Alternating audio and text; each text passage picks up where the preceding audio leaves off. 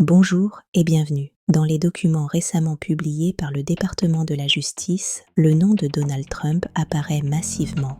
On retrouve son nom des centaines à des milliers de fois dans des courriels et des listes du FBI, sans accusation officielle.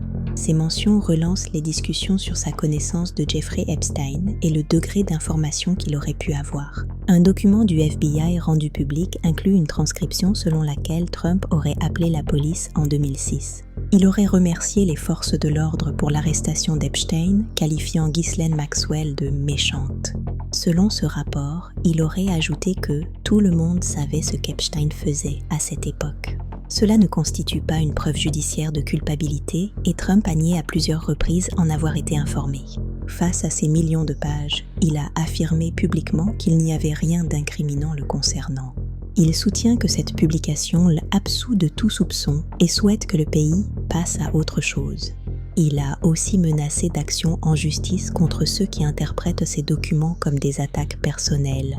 Dans son gouvernement, Howard Lutnick fait face à des pressions après avoir admis avoir visité l'île d'Epstein. Malgré ses précédentes déclarations, sa visite avec sa famille sur l'île privée suscite de vives critiques. Cela a suscité des appels, même chez certains républicains, à ce qu'il démissionne de ses fonctions.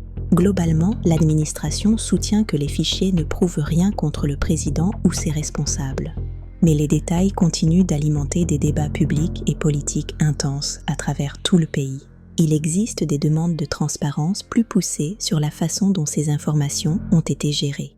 L'affaire Epstein reste un enjeu de justice et de communication majeur pour les institutions américaines. Pour ne pas manquer les prochaines analyses sur ce dossier, abonne-toi à la chaîne. Bonne journée à tous.